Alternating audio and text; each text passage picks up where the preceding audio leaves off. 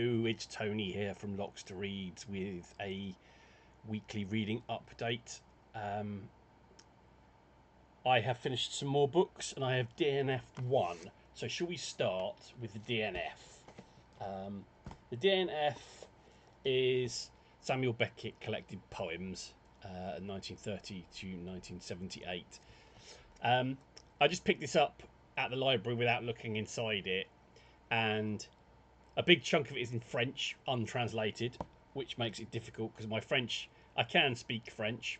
Well, vaguely. No, I can't really. I'm lying. I can make my way a wee bit in French. I can vaguely translate some things occasionally, but I can't translate poetry. Well, certainly not Samuel Beckett's poetry. The second thing is I tried reading some of the poems in English, and they may as well be in French for the sense they make. I might have picked the wrong edition, but I don't have the time or energy to skip through this.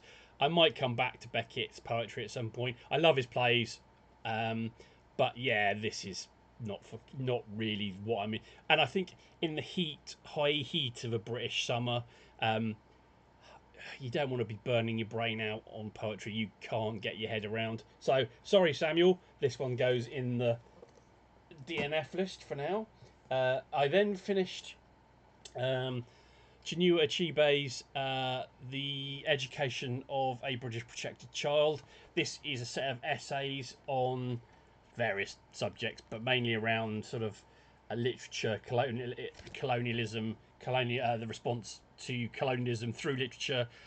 There's a very good essay in here on the discussions around whether colonial countries that used to be African colonies of Britain or even or France should use British and English and French to write in, or whether they should use their own languages and have them translated. There's also some other interesting stuff in here on what is Nigeria to me, how teaching things fall apart. That was quite an interesting essay. And yeah, My Dad and Me. There's some good stuff in here. I recommend Chinua Achebe's novels. I mean, I've only read two of them, but they're both excellent. Things Fall Apart in particular is something of a classic. But yeah, this is a nice essay collection. Probably not something to read if you're not going on a reasonably deep dive, or you don't have a particular interest in colonialism, Nigeria, African literature, world literature.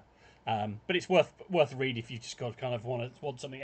Essays sometimes are good into an author, not always, but sometimes. Then there. Snow and Steel, Battle of the Bulge, 1944 to 45 by Peter Caddick-Adams.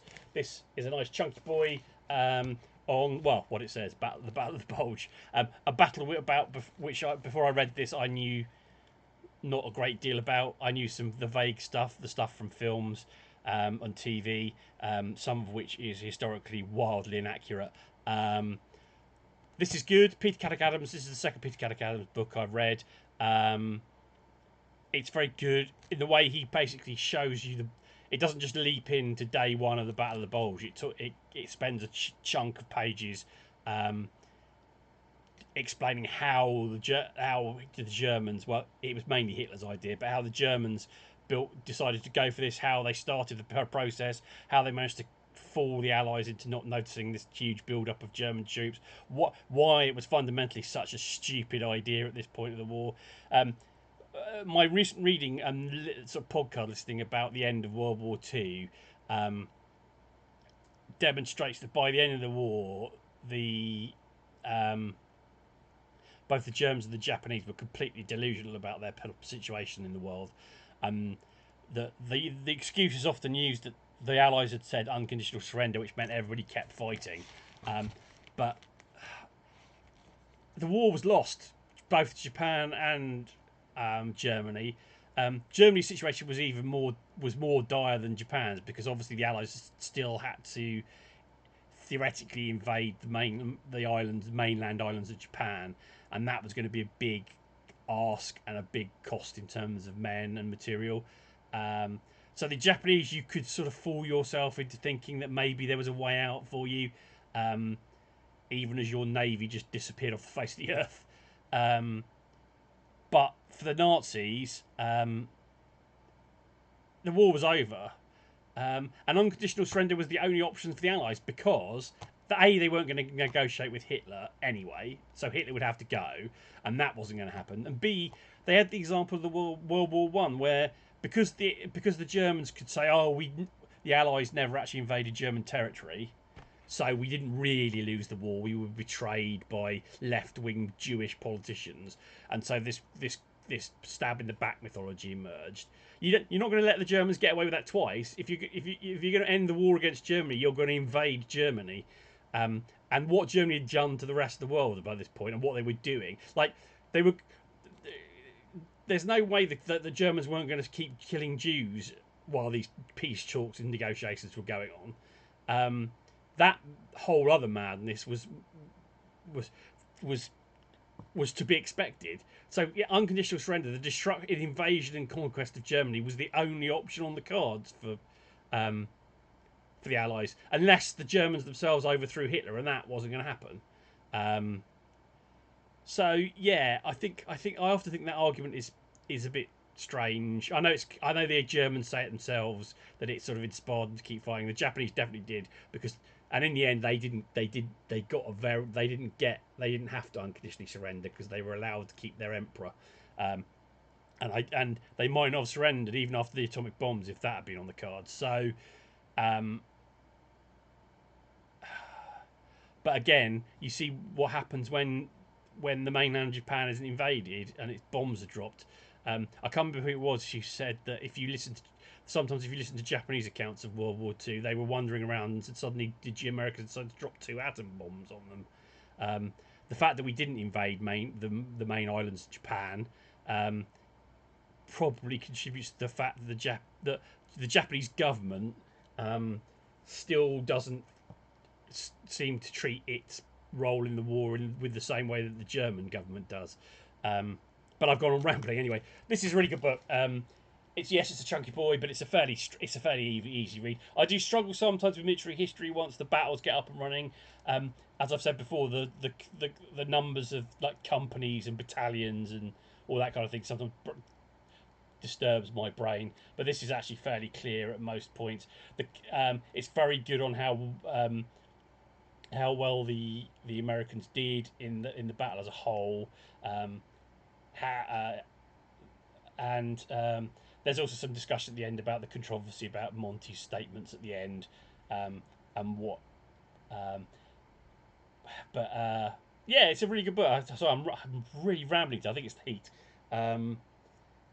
So yeah, I recommend this one. So far, it's 2 out of 2 for Peter Caddick-Adams. So, and there's a book. He's got a book called Sand and Steel, which is about the Normandy landings, which I'd really like to read next. But I'm going to see if I can get that from the library because money isn't tight. So that'll wait. And the final one I read, and here comes a high-tech solution to the fact that I haven't yet worked out how to put things in corners. I read. Let's see if you can read that. Robert Caro's researching, interviewing and writing, which is Robert Caro, if you don't know, is a journalist and biographer. He's written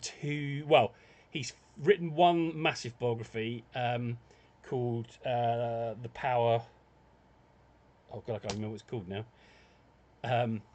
And then he's still working on a huge multi-part biography of Lyndon Johnson. I'm not so bothered about the first book because it's about Robert Moses. It's about Robert Moses, who is a New York figure, and I'm not hugely interested. Although it's supposed to be a very good book, I'm not hugely interested in Robert Moses. But Lyndon B. Johnson, I am fascinated with, and have been since we studied that period of American history at university. It's a very good book. If you have an interest in writing history or biography, I think this, alongside Martin Gilbert's book, which I did write the title down of in here. Looking for Churchill, would make 2 good. Like if you're going to study history at university, I think reading this and reading the Martin Gilbert book would be a good double bill of introducing you to the methodology of history. There are lots of books on the study of history and the philosophy of history.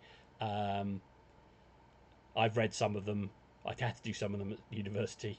But these are sort of two sort of hands-on coalface books. And the Caro book is really good. He's really good on his book. He says his books, his biographies are more about the power than the people, and the people are illustrations of how power works in the United States. The Robert Moses book is about power at a city level, and the Lyndon B. Johnson books are about power at a national level. I think he's on volume 5, which he hasn't finished yet. He's 83 years old. He says in the book, "I know the clock is ticking," but he's working on that. He's writing that as we speak. I think somewhere I saw he's up to page 953.